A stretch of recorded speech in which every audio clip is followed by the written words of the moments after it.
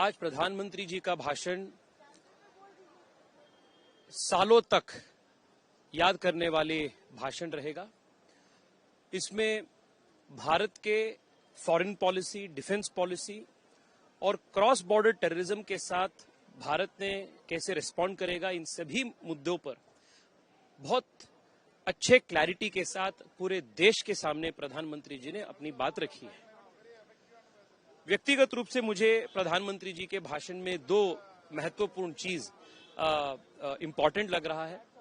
एक तो पिछले 10 साल में कैसे प्रधानमंत्री मोदी जी के नेतृत्व में भारत डिफेंस सेक्टर में अपनी ताकत बढ़ाया है। 10 साल पहले भारत के जवानों के पास ना बुलेट प्रूफ जैकेट्स थी, ना मॉडर्न वेपन्स थी। वो अपने एयरफोर्स हो, आर्मी हो, अपने नेवी हो, in all 3 forces modern weapons की, मॉडर्न हथियारों की कमी थी। We were not simply war ready. पर आज ऑपरेशन सिंदूर में अगर हम डेवास्टेटिंग इफेक्ट के साथ हम विक्ट्री हासिल किए हैं, तो इसके पीछे पिछले 10 साल के मेहनत है। पिछले 10 साल में LCA तेजस जैसे मेड इन इंडिया एयरक्राफ्ट्स का तैयारी हमने बढ़ाया, नए सबमरीन्स, नए वॉरशिप्स को, विक्रमादित्य, INS विक्रमादित्य जैसे बड़े बड़े वॉरशिप्स को हमने ताकत दी। आर्मी के नए नए हथियारों को अपने आर्म फोर्सेस को हमने दे दी। This is, I think, a big transformation, the military-industrial complex that Prime Minister Modi has strengthened the last 10 years. This, in my opinion, has been phenomenal, and I think that point was very well made.